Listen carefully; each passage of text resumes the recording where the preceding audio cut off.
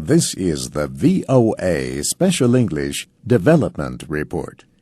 The World Bank lends money to developing countries, but also considers itself a knowledge bank.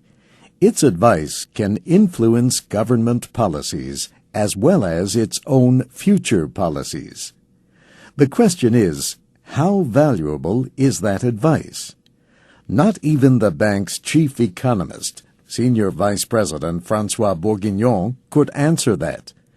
So he asked a group of economists led by Angus Deaton at Princeton University to do an independent study.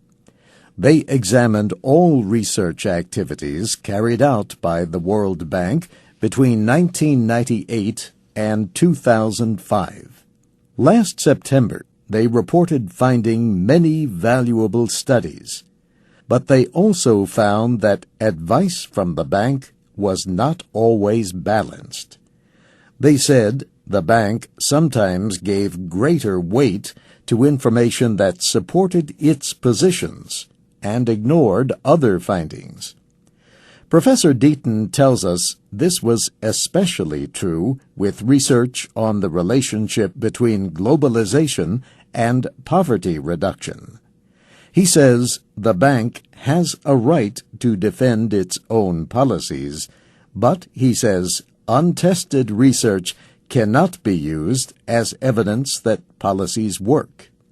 Over the years, the World Bank has been a research leader in measuring poverty and inequality. Still, the economists found some studies poorly organized or based on old research methods. They also found the bank's website difficult to use. Angus Deaton says the bank needs a research-based ability to learn from its projects and policies.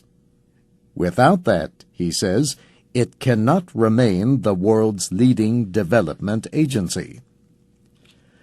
The report says the World Bank should create an independent research group protected against any political influences. The bank now spends 2.5% of its administrative budget on research. Professor Deaton says this is too low given all the research the bank has to do. He says the need for high-quality advice will only grow as the world becomes richer and the need for lending shrinks.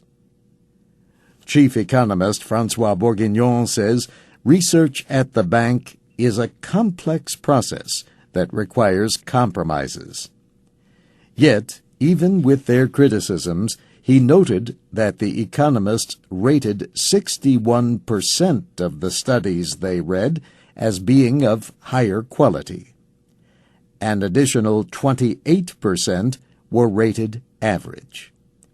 He says the advice in the report will be extremely valuable to the bank. And that's the VOA Special English Development Report, written by Jill Moss. For links to the report and the chief economist's response, go to voaspecialenglish.com.